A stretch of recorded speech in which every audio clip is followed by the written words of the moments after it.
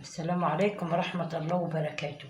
النهاردة أنا هعمل صلصة طماطم، بس أنا لقيت عندي كيلو ونص قطع، فهعمل إيه على قدها يعني. فدلوقتي هنحط إيه،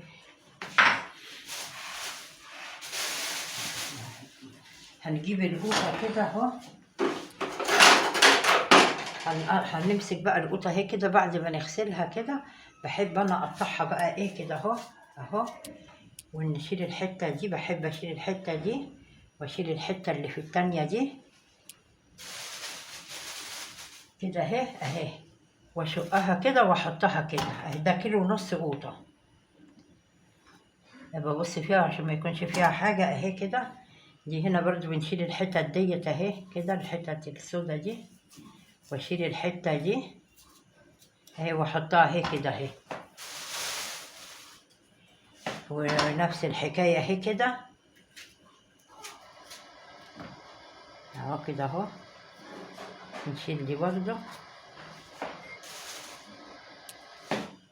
اهي. هنحط بقى ايه كله بالطريقه دي كده اهو. كل القطع كده اللي هنعملها بنفس الطريقه دي كده اهي.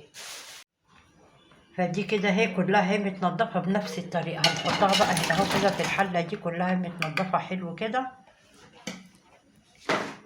وبعدين هجيب ايه حتت بنجر كده صغننه اهو كده، كام واحده بنجر صغننه هنحطها تتسلق معاها، هتديها لون حلو قوي. وبعدين هنعصر بقى ايه الليمونه ديت، هنعصر عليها ليمونه كده اهو.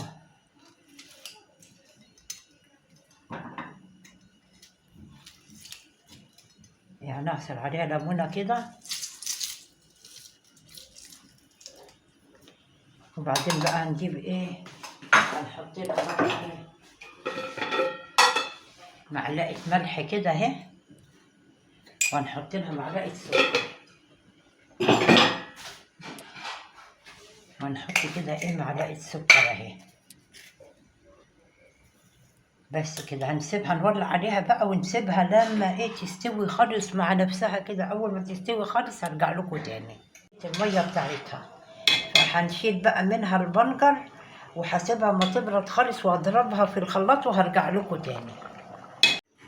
رجعت لكم تاني اهي الصلصه اهي. طبعا انا يعني سلقتها الاول وزي ما شفتوا في الاول.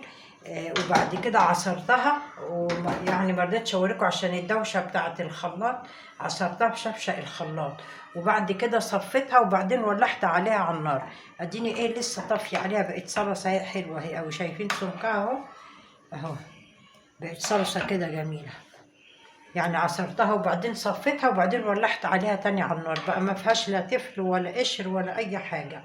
بقت كده اهي صلصه جميله قوي. وهعبيها بقى في البطرمان بقى على كده. هتبقى حلوه قوي بقى، وتتشال بقى في التلاجة، تتشال في الفريزر، اي حاجه. فهتبقى احلى صلصه، احسن ما بنجيب البطرمانات ومش ضامنينها يعني معموله ازاي. فربنا يبارك فيكم يا رب، ويديكم الصحة والعافية، ويبعد عنكم أي شر يا رب. وأقول لكم السلام عليكم ورحمة الله وبركاته.